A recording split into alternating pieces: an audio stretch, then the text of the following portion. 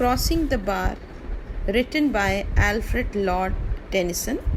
This poem is an elegy. Now, what is an elegy?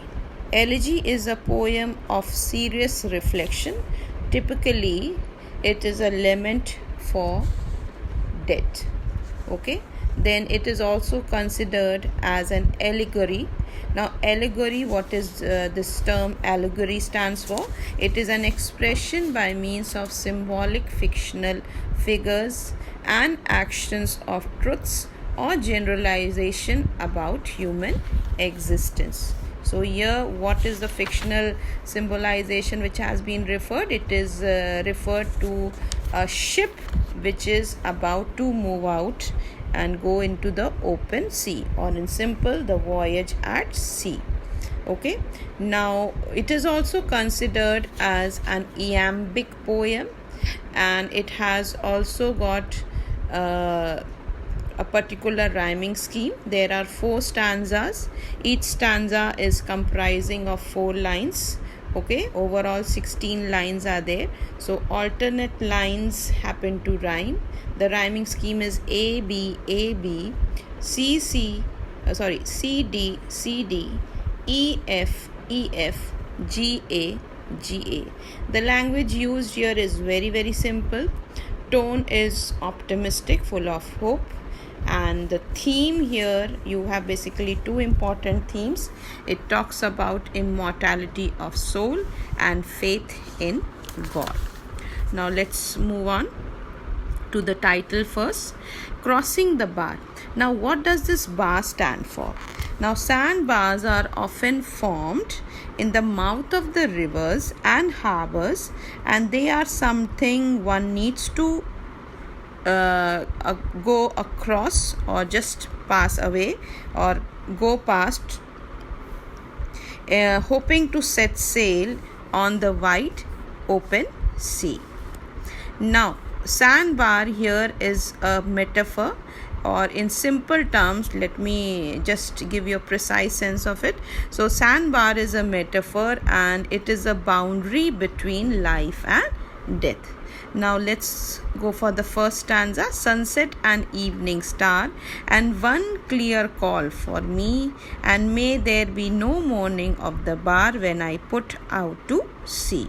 So here in this poem, in the first stanza, the poet is talking about the journey across the bar that symbolizes the departure from the mortal life. Right? So the sunset is the metaphor, and it is referring to the coming of the end of life or the close of life. Evening star is referred for the planet Venus, which is usually seen in the western sky. Now, planet Venus, you should also know, it is also named as Hesperus. Okay, now the second line, you have alliteration, one clear call for me. Now, clear call here is symbolizing the call of death. Now, the third line, and may there be no mourning of the bar. In this line, you have personification, and bar here has been treated as human, who is seeming to mourn, seeming to cry or to lament. When I put out to sea, when I put out to sea is here again, it is symbolizing death. Okay, so let's go for the explanation. So as I have already referred, that it is talking about the journey from life to death, and the metaphor has been used. It is a metaphorical reference which has been used to give the deeper meaning. So what is that metaphorical reference? Here it is the ship which is going out into the sea. Okay, so here the poem, in the poem, the poet is talking about a ship which is to go out in the sea at the time of sunset. Okay, and during that sunset, it is being it is following the light which is a beacon to it. It is getting the signal of its direction through that light, and that light has been referred to the evening star, which is giving directions to the ship to move in that particular path or the particular direction. Now, while the ship is moving out, the speaker hears a call reaches his ears, and he feels that it is a call that he should start for his journey. Now keep it in mind, now this call is also symbolizing the call of death. It is indicating to the speaker that his time has come, when finally from this world he has to enter into the other world. He has to leave his mortal life and go for his immortal journey, the immortal journey of the soul. And may there be no mourning of the bar. Now the speaker says that while I am moving from this life to the other, I request all that no human should be lamenting on my departure. Okay, so here you can even take it that the bar is symbolizing the departure from the mortal life, and when he is going to move from this world to another, there should be no kind of disturbance. He wants to leave this world in peace. Okay, so that is what is the meaning out here. And may there be no mourning of the bar when I put out to sea. Or the other way around, you can even take it in the metaphorical sense that while the ship is moving, leaving the bars and moving into the deep sea, it should not face any problem. The moving into the sea should be very, very smooth without any kind of hindrances. So basically here it is also means when you go for the deeper hidden meaning, so here the speaker is saying that I am getting a call, it is the end of my life, I can understand it, and it seems that somebody, I am getting a call from an unknown world that it is my time has come and finally I have to leave this world and go to the world of the unknown. And therefore when I am going to leave this world and go to the next, I would like nobody to lament for me. Why? Because I want to pass this world and move to the next in peace. Second stanza. But such a tide as moving seems asleep, too full for sound and foam, when that which drew from out the boundless deep turns again home. So here in the first line, tide has been personified. It is referring to the movement of the ship, very peacefully calm, with full of calm. Okay, and without any hindrances, without any obstructions. Or it is also referring to the pleasant experience of dying.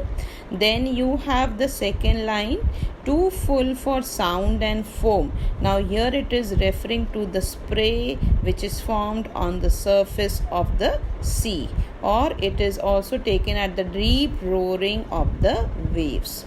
Then here you have, even in this line you have alliteration also. That is a figure of speech which is there in the second line as well as in the third line. Now when we come to the third line of the second stanza, you have a word boundless. Now boundless is referring to limitless. Okay, and here deep is standing for the deep oceans. Last line, turns again home. Now home here is talking about the heavenly abode, the place from where the soul came and entered this physical world, and now finally after living here in this physical world, it has to go back to its main home, that is the heaven.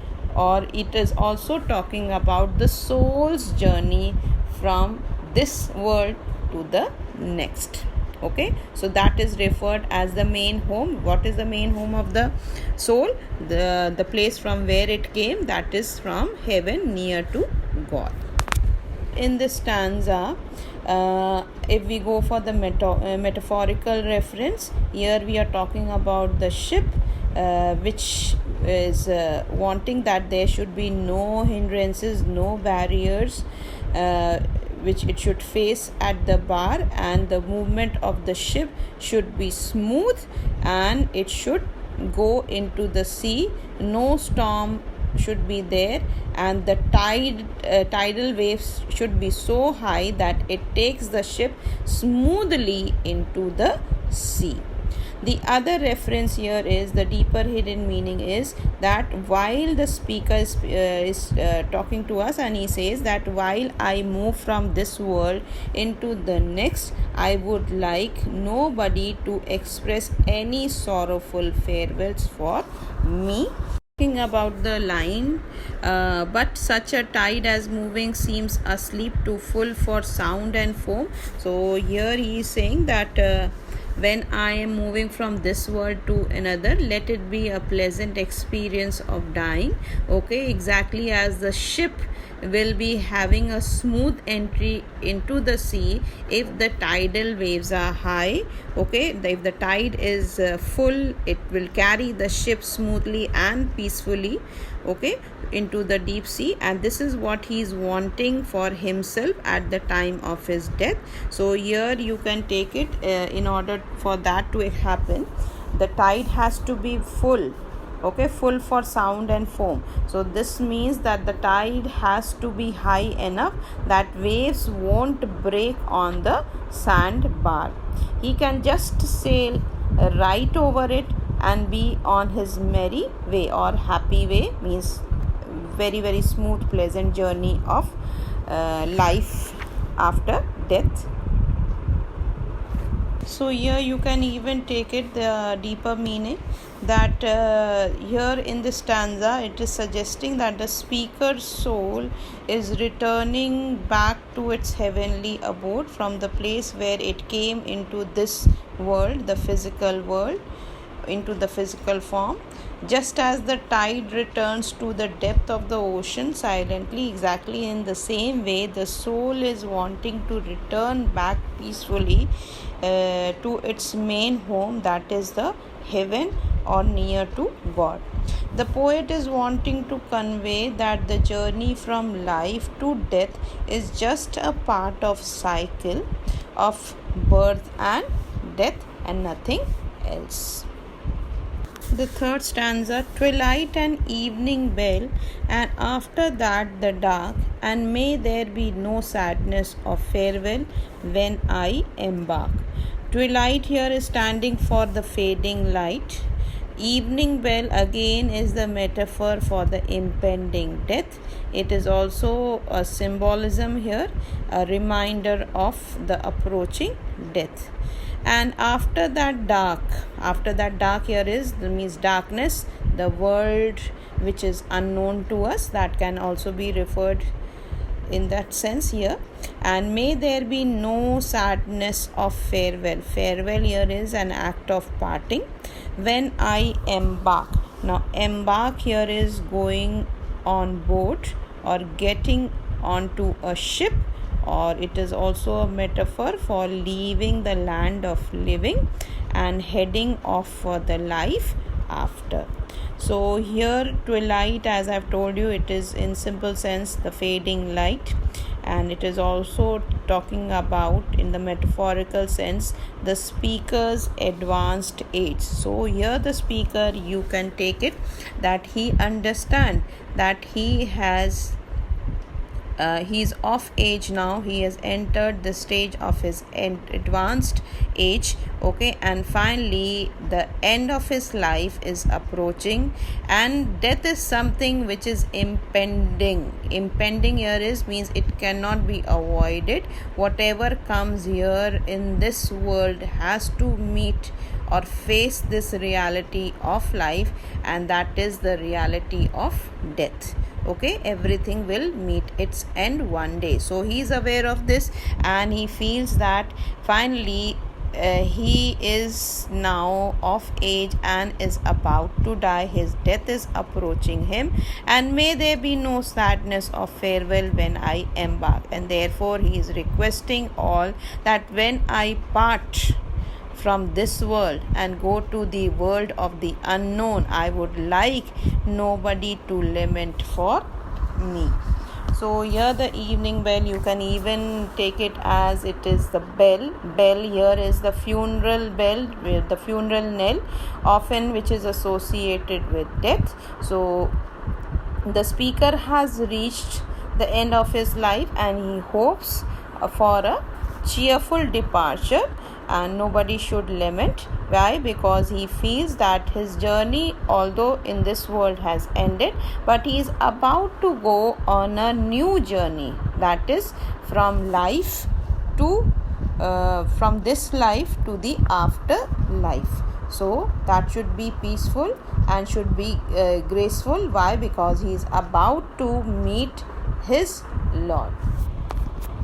Coming to the last stanza of the poem. For though from out are born of time and place, the flood may bear me far, I hope to see my pilot face to face when I have crossed the bar. Now in the first line itself you have alliteration and time and place. First of all you have born is standing for boundary, okay, and time and place here is relating to that death will take the speaker away from the boundaries of the world where time and place have no meaning. Okay, then you have alliteration even in the second and the third line. Flood is standing for the sea, bear is to carry, and far here is talking about the land of the unknown, the place which is unknown, that is the time after death which nobody knows about. Okay, pilot here is for the God, meeting God face to face. I have crossed the bar. Crossed here is standing for